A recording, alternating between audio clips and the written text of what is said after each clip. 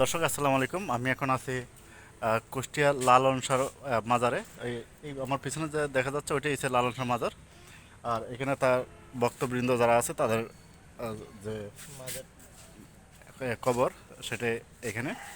আর লালন শাহ কবরটা হলো এই যে যেটা দেখাচ্ছে ওইটাই।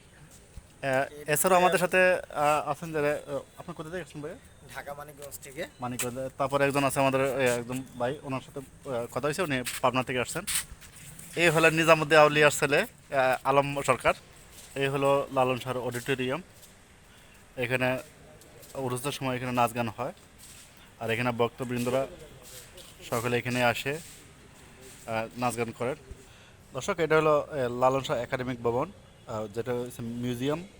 এখানে ভিতরে কিন্তু অনেক কিছু দেখার আছে। তার অস্তিত্ব যেগুলো ছিল সেটা এখানে দেখানোর একটা অডিটোরিয়াম আছে, মিউজিয়াম। এখানে কিন্তু তার বিস্তারিত সম্পূর্ণ দেওয়া আছে, কিন্তু এখন রাত প্রায় 11টা বেজে গেছে, তাই এটা সম্পূর্ণ বন্ধ আছে। তা আমরা ভিতরে দেখাতে পারতেছি না, আমি আন্তরিকভাবে দুঃখিত। এই সেই লালন শাহর মোরাল, যেটা ছবি আকৃতিতে আছে, সেটা হয়তো আপনারা অনেকে দেখলে বুঝতে পারবেন।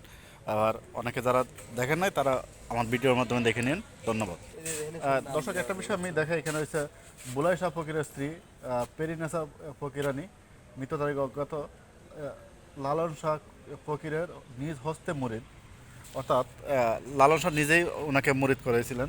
পাশাপাশি যারা আছে সবাই, যত কবর দেখা যাচ্ছে সবাই কিন্তু এই লালন শাহর নিজ হাতে মুরিদ। এবং কি এখানে একজন যিনি দেখতে পেলাম, ওই যে সাদা কাপড় যিনি, ইনি হলেন লালন শাহর পালক পিতা, অর্থাৎ লালন শাহ উনি লালন পালন করছিলেন। আমার বাংলাদেশের একতারা সুর কতই ভালো লাগে, সেই লালন শাহর একতারা।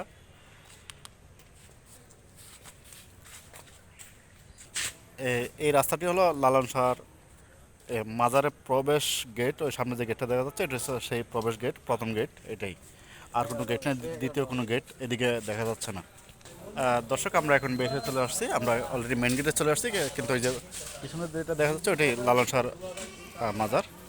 তো আগামীতে আবারও দেখাবো ইনশাল্লাহ।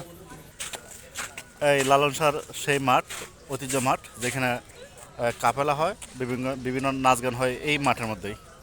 অনেক বড় বিশাল মাঠ। এখানে পাশে আছে চটপটির দোকান, বর্তমানে দোকানগুলো আছে, যেটা হয়তো মাহফিলের সময় থাকবে না।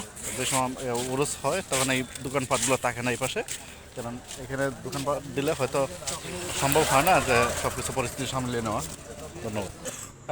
এই যে আরেকটা লালনের স্মৃতি সড়ক, যাই হোক, দেখতে অনেক ভালো লাগে। তাছাড়া ওইদিকে আরও আছে অনেক কিছুই দেখানোর মতো। এই মুহূর্তে অন্ধকারের জন্য হয়তো দেখানো পসিবল হচ্ছে না। তো আরেকদিন কোনো একদিন যদি আসে সেক্ষেত্রে দেখানো হবে ইনশাল্লাহ।